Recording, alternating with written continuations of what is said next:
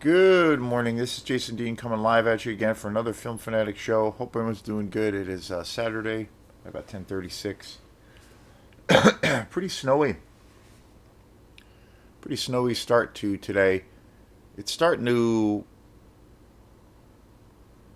kind of taper off. It seems. Yeah, I was kind of surprised to the forecast the other day. It was like 2, 3 days ago. We've had some really nice weather because it's been spring for a week or two, and so I was really surprised that we got this little storm. Well, we got about three. They were saying 3 to 5 inches. I'd say it's probably closer to 2 or 3, but quite a bit, enough to cover everything. The roads seem like they're okay. Traffic is moving along. But anyway, I'm not a weatherman, so I'm here to talk about movies and music. But anyway, hope everyone's doing good. I want to thank again. I got this past week or last few days, we got here at Film Fanatic headquarters. We got another slew of cool people that decided to subscribe to this wackiness. Really appreciate that. It's I've been doing a lot of videos lately, so it's been a lot of fun.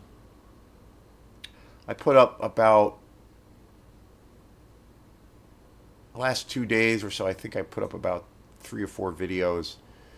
So I love doing it. I try to do. I usually do a video every day. Try to lately for this channel I've been totally into revisiting and taking a further deep dive into the world of Mon Macabre. So I've been watching all kinds of bizarre movies, and that's been amazing. And I've been putting shows up about those movies. And I think I generally think that coverage of these movies, it's super important. It is what it is, but I think it's like I think these movies are just so fun and so awesome and so bizarre and so interesting that they just need to be talked about more. You can like them or hate them or love them and hate them, but and that's fine. But I just feel like you know it's funny. This is a little bit of a sidebar thing of my thoughts, how my stupid brain works.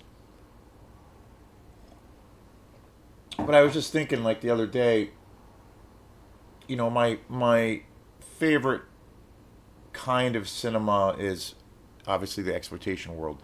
But that being said, I love big Hollywood films too. And I don't think, you know, there's no reason why you can't appreciate, say, a Steven Spielberg film and also a Herschel Gordon Lewis film. Two complete polar opposite styles of direction of film and in every conceivable way why they are they're so polar opposite. And so I don't, but again, for me, I think of, and I believe it was a quote from the iconic legend in jazz trumpet, the jazz trumpet player Dizzy Gillespie, where he was doing an interview or something many years ago, and he was just talking about music and like his idea of like what genre is and all these things, and he's like basically said, you know there's either it's either good or it's bad, meaning that like he'll listen to anything or check out any style, and it's like there's always going to be people in those respected styles that do it very well, and then other people that probably don't do it so well. But he was kind of referring to this idea that barriers that people put up about genres, and they kind of get dismissive, and they kind of close their minds off to certain things. And I think that it doesn't matter really what style or genre or how much money was thrown into it. It's either going to move you or it doesn't. Sometimes our preconceived notions, which are natural, and we're like, well, oh, I don't like that, or it's I don't like country, or I don't like classical music or opera, or you just have this thing of where, well, that chances are you haven't really, checked it out or found something in that style that you have a little bit of a guard against that could resonate with you, because you could name really any genre of any musical genre, any film genre, and there's gonna be millions of offerings in that respected genre, and there's always gonna be some kind of variety, and like with music, when you say the word classical, that can mean a billion different things. When you say the word jazz, that can mean a billion different things. When you say the word rock, say electronica. There's so many different things, so many different interpretations of that style by like-minded artists, that you're probably gonna find something. If you have enough of an open mind, you might find something that really, really appeals to you. So you won't like shut it down just based on your kind of self imposed bias, if that makes sense. And I feel like it's the same thing with music, or same thing with film, same exact thing. And I was just thinking of that the other day, where like I've been watching a lot of these wild and crazy fucked up movies like that I love, and I was just thinking of a couple of YouTube guys that I love, and well, I wouldn't say love, but I do watch, and I watch them mostly because they cover a lot of newer things. So I like to stay current. I like to check out new things that are coming out all the time, and even though I watch all kinds of old shit all the most of the time, like I just did a review on In the Folds of the Flesh, which is from 1971. So that's like usually where my brain is at all the time. But I try to see a lot of new things. I try to stay current. I think that's important, and try to stay immersed in that area of pop culture, if you will. But I was just thinking, like, one YouTube guy that I love, or again, that's a strong word. I like, and he's a very, very big figure. He's one of the bigger YouTube people out there. And I was just thinking of these movies that I've been spending time watching, and I'm like, never in a million fucking years would he give any of these movies the time of day, because he just dismisses them, and and it's like, it kind of drives me crazy on this acceptance of where you can outwardly you can stake your claim, but you can outwardly say and claim your reasoning for things, but you can outwardly just be completely ignorant and closed-minded, and that's accepted. And I just think you know it's just really, I just feel like it's so limiting and so ignorant. And with all of these movies I've been watching, I'm watching so many different films that there's so many different genres within the genre itself of exploitation. I mean, horror, action, sex, exploitation. I mean, you name it. There's literally something in the giallo. There's literally something in there that could probably, a person from the outside would probably find pretty cool. It's, and I always think, I always go back to the music analogy. It's like, well, like an example for me, this is going to be a music show today, so it's, believe it or not, it's going to segue into that. But for me personally, like, I could use an example of that happening when I was younger around, say, country music. When I was a kid and when I was growing up, I have an older sister, and she was really into Garth Brooks. And so she also, I got into a lot of other cool music because of her. Like, I got into Kiss, my first rock or metal band. I got into Kiss as a little kid through her, and also Pink Floyd. That was my first exposure to Pink Floyd. So I got exposed to cool bands and stuff and cool things to her. She was also, but later on when she got a little bit older, she really was a massive Garth Brooks fan, and I fucking hated Garth Brooks. And for years, because well, Garth Brooks is a country artist. For years, as a reaction to Garth Brooks, I for years and years, even up until like probably my 20s or even into my 30s, I hated anything that resembled country music. I was like, fuck country music, I can't stand it. And it was because I was exposed to a music, Garth Brooks, that where my sister would play his music all the time, and I just like put up this front against it, and I just couldn't I hated it. And whenever I thought of country music, I thought that's what all of it sounds like. It sounds like this real kind of, you know, this pop kind of garbage. And for years and years, I was like dead set against anything that resembled country music. Wouldn't give it the time of day. So, years and years later, you know, I think it was maybe in my late 20s. Somebody I knew or might have jammed with or something had kind of played. We were together somewhere playing music or hanging out or something. Somebody I had met at that time, and he played some like really old school country for music for me, like some Merle Haggard and things of that nature. And I found myself really digging it, really digging it. And I was like, wow, what is that? It just had this really cool sound that appealed to me. And there were a few other country artists, the older school, from the old school country that I started to discover, and I found myself really digging it. Hank Williams. I discovered Hank Williams around that time, and I started to really love his music.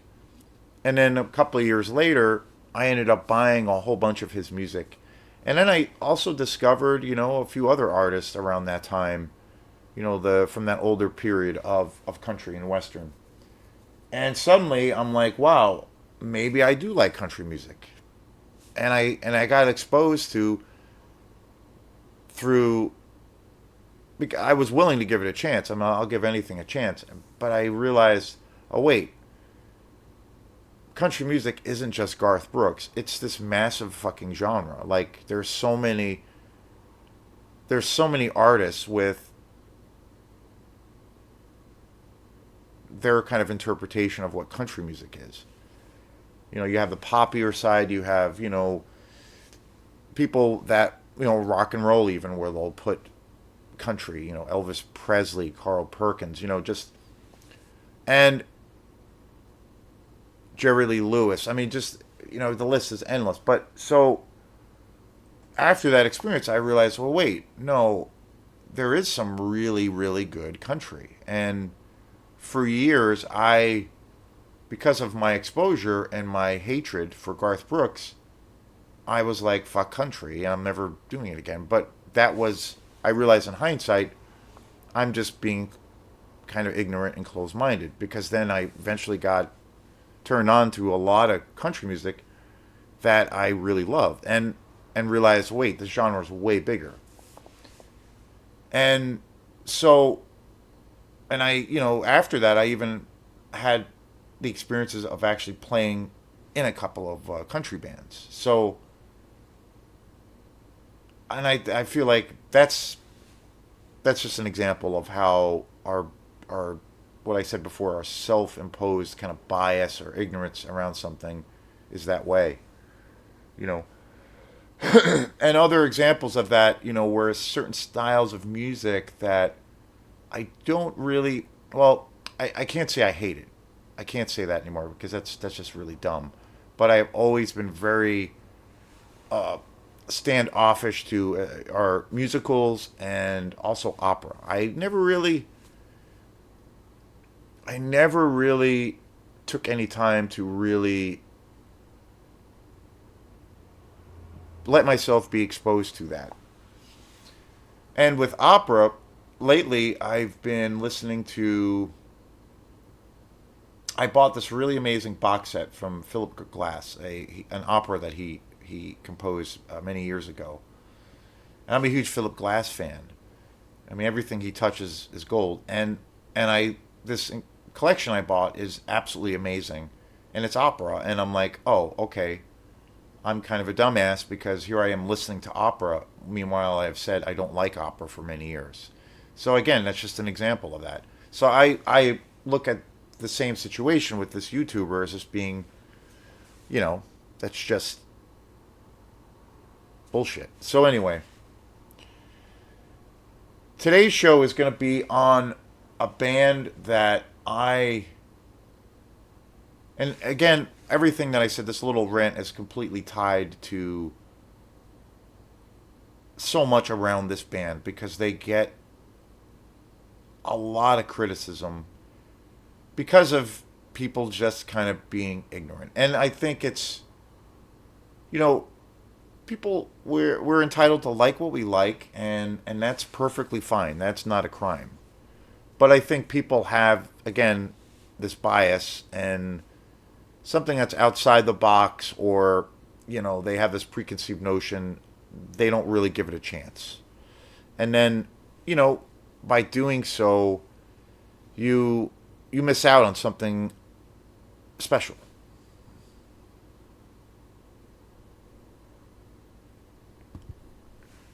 So today's show is going to be all about Deafheaven, a band from California that I think is definitely, without a doubt, one of my favorite modern rock bands. I have a real kind of interesting story to tell about them, and I've listened to them for about 10 years. I'm a massive fan, and I really think that they're one of the most original, and I think they are one of the most exciting and innovative rock bands today. Where they've taken styles of music that no one's really ever thought in a million years to kind of fuse together and create something really, really unique and really ahead of its time. And I think when people say the word trend setter, my dyslexia kicking in. I think that obviously does happen. Like a band or some kind of artist creates a sound or a piece of work that is really unique, and it hits or connects with the public. There's going to be imitators, and there's going to be all of those things. Same thing. That's kind of in a nutshell what exploitation is. And there's going to be people wanting to capitalize on that success. But if there ever was an example of that, I think Def Heaven is one of those bands that could be considered a trendsetter. Even though I don't really like that word, I feel like it's got this, it undermines their actual talent, you know. But I think Def Heaven is one of the most important bands. I think they are, again, one of the most interesting bands. They they have defied a lot of preconceived notions of what like certain styles of music should be. They just released a brand new album on Friday, and today is Saturday. It just came out yesterday, and I might go up to Bull Moose tomorrow to pick it up because this is an album that I'm incredibly excited to buy. I've been anticipating it for a very long time. I've been a fan of this band for quite a few years. I had a weird situation where my thoughts kind of changed a little bit around this band, and I'm going to get into that. And that's kind of a weird story, but they just put out a new album that I've heard is like really, really good. Lonely People with Power. It's it just came out on Friday, and I've looked at some reviews or listened to a few reviews on YouTube for this album. and a lot of people are saying that this album is, just incredible. So very very excited. I'm gonna see if they have it because it is super hard to track down physical albums these days. It's a wicked pain in the ass. Deafheaven is a very popular band I think now, but then they're not. They have this huge audience. They work their asses off. This band tours constantly, like it's insane how much they tour. And they're very very well known kind of in the scene, but then outside of it a lot of people don't know who the fuck they are. And I think that's fine because I think they're popular but yet underground at the same time. And I think that that is, just so commendable as far as like their work ethic and the way that they will blend styles. I mean, typically Def Heaven's probably biggest sound or influence in their music is the second wave of black metal. I think of Def Heaven as a an American black metal band, but the thing that separates them, you have the second. I've done lots of shows on black metal, and black metal music when it comes to extreme music or extreme metal, hands down has always been my favorite style without a doubt. And I've done shows about this style and bands that I really love. I did a big show on Mayhem and on the second wave of all of the bands that came out. Dark Throne and Burzum, and then Inquisition and Winterfilleth being more modern bands like Blasphemy, Beherit, American bands like Profanatica, all of those things. And but what Deafheaven does is, I think at their core, I consider them to definitely be like a U.S. black metal band, but I honestly think that that kind of serves as a little as a limiting that's kind of limiting to say that because I feel like they're much more. They're not afraid to really take chances and to incorporate other styles of music that you would never think could work. And, ironically, as much as I love the metal scene, black metal and death metal, I think people in the metal scene, ironically, are sometimes the most conservative people. Like, they are so against if their cage gets rattled a little bit, meaning like something with like a new perspective leaks in, they are fucking horrified by that. Like they can't have anything different.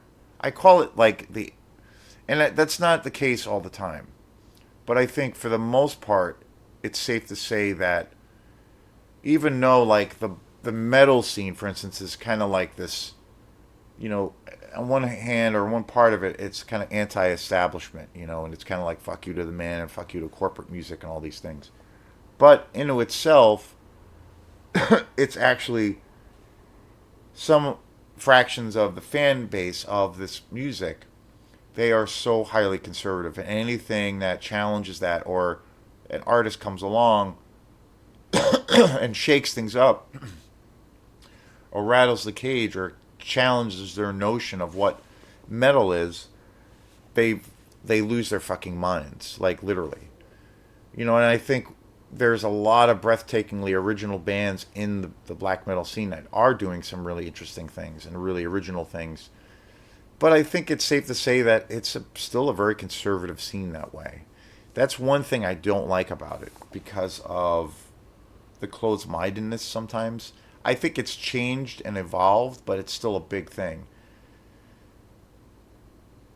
And what Deafheaven's done is they've like what they stylistically they blend like classic second wave black metal.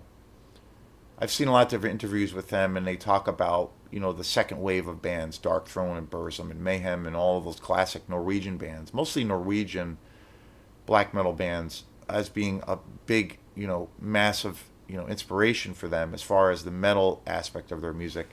But then they're also really, they incorporate a lot of kind of post rock and shoegaze styles, and also, you know, they also have a movie soundtrack kind of vibe to their music.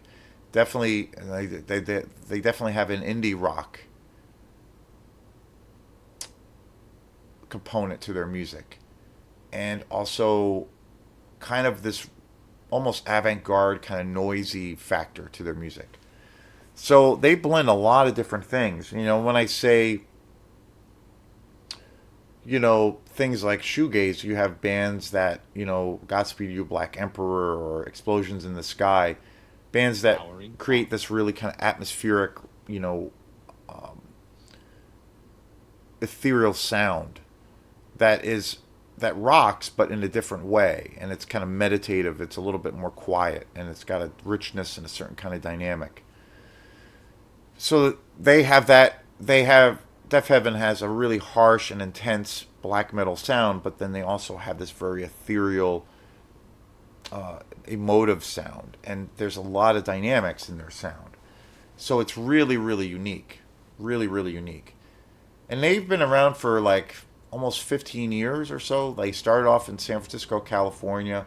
They've put out a series of quite a few albums, and I discovered them probably about 10 to 11 years ago. The way I came across Deafheaven was a real kind of interesting thing of circumstances.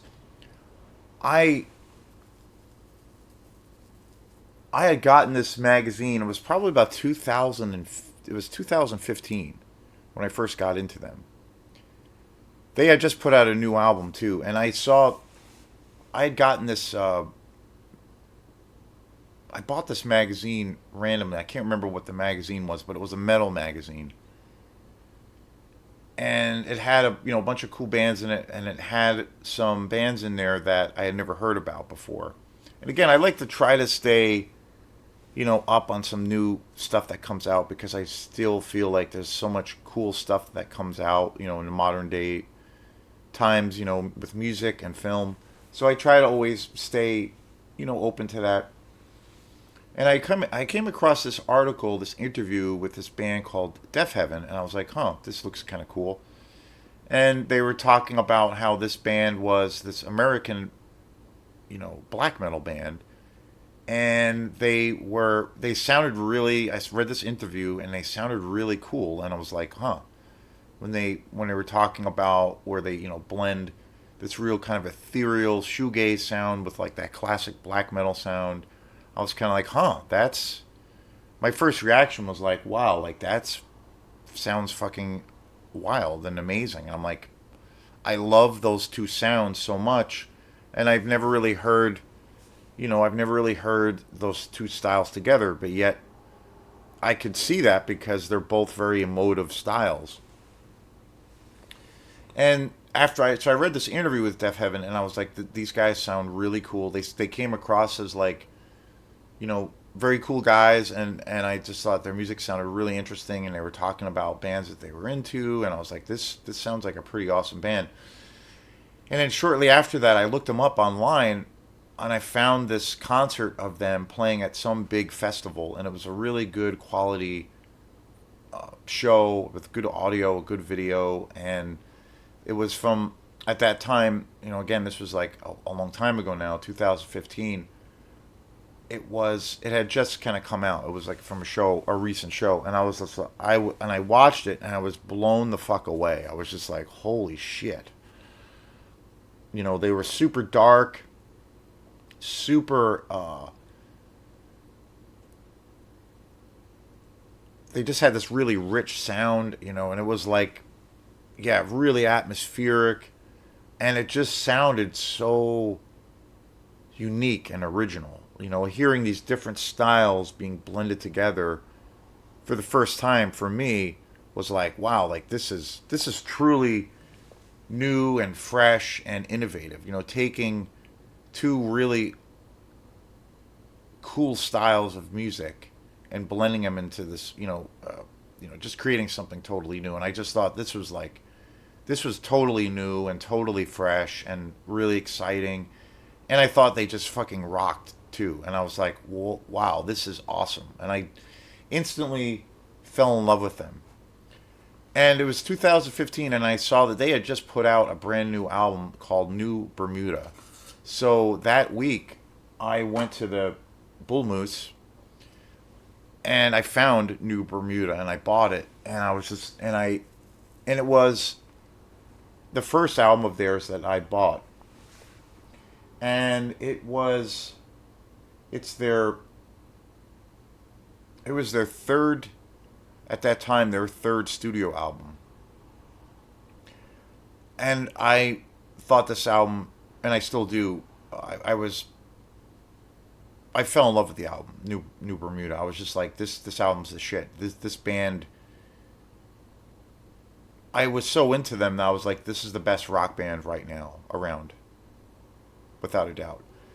Totally innovative, totally unique, totally have their own sound, and they have that classic black metal sound, but yet they have that total like shoegaze, dreamy vibe, and they have this like very kind of film soundtrack vibe to them, and it was just awesome. And I just thought this album was amazing, and I became a huge fan of theirs, you know, instantly. And then after that, I went back and started buying their other albums, and then I discovered Sunbather, which came out in 2013, a few years before that. And that album is an absolute fucking masterpiece. A lot of people who are fans of Deafheaven regard that album as being their greatest album, and that's a pretty good argument because that album is a masterpiece. It's amazing. It's got all of those classic tropes of both of those styles of music perfectly assimilated in this new sound. I mean, it's an amazing album. It's a you know, so I literally became obsessed with Deafheaven after that, and I discovered the rest of their albums after that. Their first kind of demo slash album, Roads to Judah, is again another incredible album that came out in 2011. So all these albums, I just went down this rabbit hole and I was listening to Deafheaven all the time. And when it came to rock and metal, like they were the band. And I just totally became in love with them and became enamored with their sound. And I remember they were coming to Maine. They were going to be playing in Portland, Maine at the time, at this venue that is long dead now called Port City Music Hall. And it was literally during the time of lockdown, the COVID. And I was going to go see them in Portland. I was super beyond excited to see them because their live shows are just so amazing and super intense and they have so much energy. But then COVID came and everything got canceled, shut down, and the venue actually closed and never reopened. And you know the story. So I never got a chance to see them. So it was very sad. And then 2 years later, or so, it was announced that they were going to be putting out a new album. And I heard one of the new songs from the album, and I was really surprised. It was a very different sound. It was even more melodic. George, the singer, was using like clean vocals, getting away from the real harsh kind of black metal vocals, which I thought was cool because they always had a real musicality to their music, like great dynamics. And they always had that shoegaze vibe, so I felt like this album had a little bit more of that kind of indie shoegazy kind of sound, but yet it was still really dark and it still fucking rocked.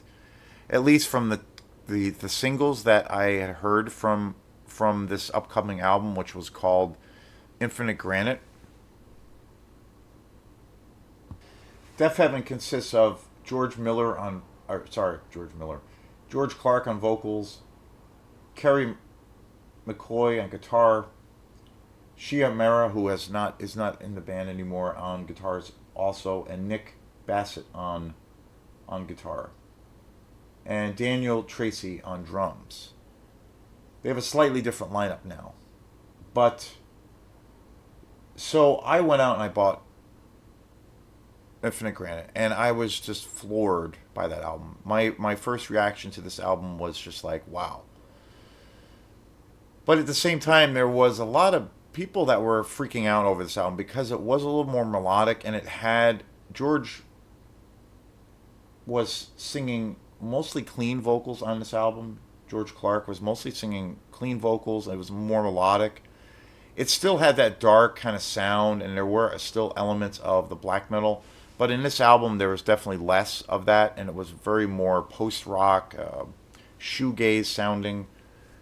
But it still rocked, and I was like, this album is amazing. And I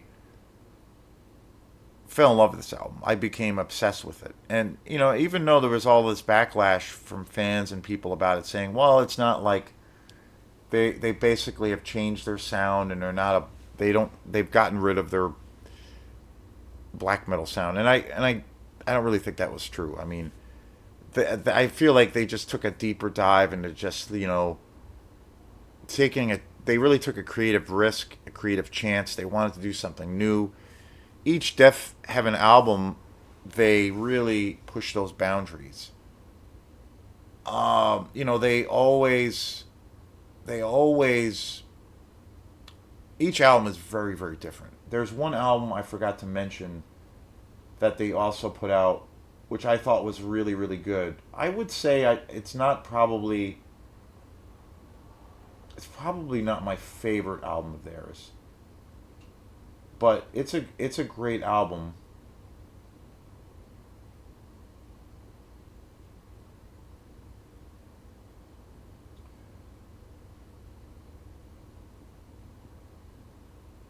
Ordinary Corrupt Human Love, which was an album that came out after New Bermuda. It's a really good album, but I feel like I don't know. It's they really I feel like they were really trying some new things with that album, and I think it's really good. That album was actually up for a Grammy, and I'm not sure if they actually won or not, but they actually got a Grammy nomination, which is crazy. But that album is really, really good. I do want to listen to it again. It was a little bit, I don't know, maybe not as cohesive as their other albums, but it was still really good. But again, they were pushing the boundaries. They wanted to experiment and throw some caution to the wind and think outside of the box, and that's commendable, I think. So when Infinite Granite came out, I became totally obsessed with that album, and I was like, this album's amazing. It's a very different thing, a different album, but really all of their albums are very different, and they're all about pushing things forward, pushing the boundaries, diving deeper into their own kind of identity as a band. So I thought it was a beautiful album. It was probably, one of my favorite albums of that year when it came out. And it came out like 2 or 3 years ago. So I was really wanting to see them live, and they were touring. And again, Deaf Heaven tours constantly. Like, these guys live on the road. It's fucking insane. I don't know of any other band that tours as much as they do. Like, literally, I don't know how they do it. They're all pretty young guys, but holy shit, they tour like if you look them up and you look at their touring schedule, like, I mean, they've been to like every part of the fucking world, multiple times, and they're constantly touring. And I think, over the years, these past 10, 12 years, like, they've really built up a massive fan base. Like, it's crazy. And it's due to their tireless work and their work ethic. It's insane.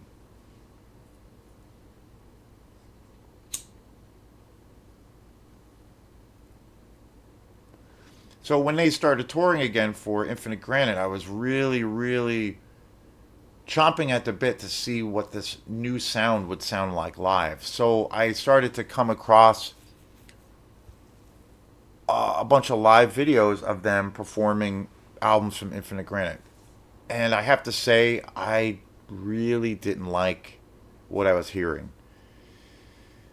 And the reason is like I think George's vocal performance on Infinite Granite is just an incredible. It's it's just just on a vocal performance level, it's incredible, super inspiring, um, beautiful. It's just the performance is just beautiful on that album, and it's again very very different. And so when I started seeing these live clips of them, I thought his vocals like at face value were just terrible. Like I didn't think he could sing in key. Like when it came to he's singing much more melodically on that album, and there's he's still doing the screams and the black metal thing, but it's mostly clean vocals, very very melodic, very atmospheric, and there's a lot of kind of challenging vocal phrasing. There's a lot of creative things that go on in that album, and really just really cool and interesting. And I was like, wow, can he pull this off live? Because I think for any vocal singer, this would be a challenge, even for somebody who is a very experienced singer. And my first reaction when I saw a lot of these videos, honestly, I was like, he can't really even sing in key at all. When it comes to the melodic passages or the more melodic tunes where he's singing clean, I was like, oh my god, I couldn't believe how. And I don't want to beat them up because I love them, but it was so hard to listen to, and I was like so utterly disappointed. And around that time, I was seeing interviews on the band, and also hearing and seeing people comment on this because that his vocals were just not really, he couldn't nail the stuff live at all. And I was like, what the fuck? And it was like I saw video after video of where it was it was kind of cringeworthy, and I'm like, holy shit, what is going on here? And it was really bad because during that tour, they were really pushing that album, and they even did a 1 year cycle of the tour where all they did was they played Infinite Granite. Like they were just totally focusing on the album. And I have to say, like, I thought his vocals were just so bad. And because the vocals are such a big part of that album, probably the biggest part of the record, that when I felt like he couldn't even really sing in key, it was like, holy shit. Like, I couldn't believe it. And I just thought it was terrible. And I kept seeing it, seeing videos, and I saw interviews with him, with George, and then with the band where they were talking about how they hired a vocal coach when it came to them recording this album. And this vocal coach was basically with George the entire way, trying to work on all of these really challenging uh, passage or passes of these vocals because there's so much going on, and there's like a cacophony of all of this rich beautiful stuff, things going on. And he had this vocal coach in the studio that was working with him constantly. And I'm like, that's awesome and commendable, but can he pull that stuff off live? Like, because I think at the end of the day, for me, it's like, I love a band when they can do something really amazing in the studio, but then they can do something really cool live. And if a band can't really pull off something live, to me, it's a real big letdown. And I was like, I kept seeing this stuff and hearing about it, and I was watching these videos, and I'm like giving it a chance, and I just couldn't get around it, and it was so bad. And after a while, I was like, I felt like my love and my enthusiasm for Deafheaven was really waning. Like I still love them, but I was like really disappointed because I felt like it was so blatantly obvious that he just wasn't ready to kind of present this material, when he just wasn't ready in a live setting, and it was like they just kept pushing it, and it was just like, oh. So at one point I kind of stopped listening to them, and I was just like, I can't do it anymore, and it was really depressing and sad. Very weird situation. That's also happened to me with another band that I really love a lot, the Deftones. I love the Deftones. I'm a huge, massive Deftones fan. And I've seen that a lot with Chino Moreno's vocals live, where his vocals sometimes sound like absolute shit. And then sometimes he sounds incredible. And he's an incredible vocalist. Like, he's an amazing vocalist. But there's been so many times where I've seen videos of him performing live where it's just like horrendous, cringeworthy. And I'm like, what is going on here? I'm still overall a fan of them, but it really affects me. But it was so bad around with what was going on with Infinite Grant and the touring cycle for that and the videos I was seeing, that I was like, I almost had to stop listening to them for a while. It was really fucked up and weird. So I had to take a break. I actually took a break from listening to them for a little while because I was so turned off by what I was hearing. And I think I wasn't being, I wasn't being in it, I don't think I was necessarily really wrong or way off in my opinions. It was just like, to me, it was just so blatantly obvious. So it was weird. It was a weird period. And then fast forward a year from that period, up until like maybe 4 months ago, I started watching some more videos of them, and I came across some videos of Deafheaven performing material again from Infinite Granite, and I was blown away by how great it sounded. And I was just like, oh wow, okay, George has his shit together, and his vocals sounded fucking amazing. So I found myself coming back around in this weird way. And again, I'm an asshole and my head's up my ass, so what do I know? But I found myself really loving and enjoying his vocals, and I was like, yes, this is the shit here. And then it was announced that they have a new album coming out, and I heard one song from it, watched one video, and I was blown the fuck away. From what I've heard from this new album that just came out on Friday, it's a little bit more of a return to the black metal sound, but yet still very experimental and them kind of pushing forward. And I've kind of arrived back to where it started, to where I'm a massive, massive fan of this band, and I think that they are one of the most important bands around. So I'm really excited to hear this new album, to buy it. I might buy it tomorrow. So yeah, that's my big show and my big spiel about Deafheaven, who is one of the greatest rock bands right now, if not the greatest rock band on the scene. So thanks again, and we will see you next time. Peace.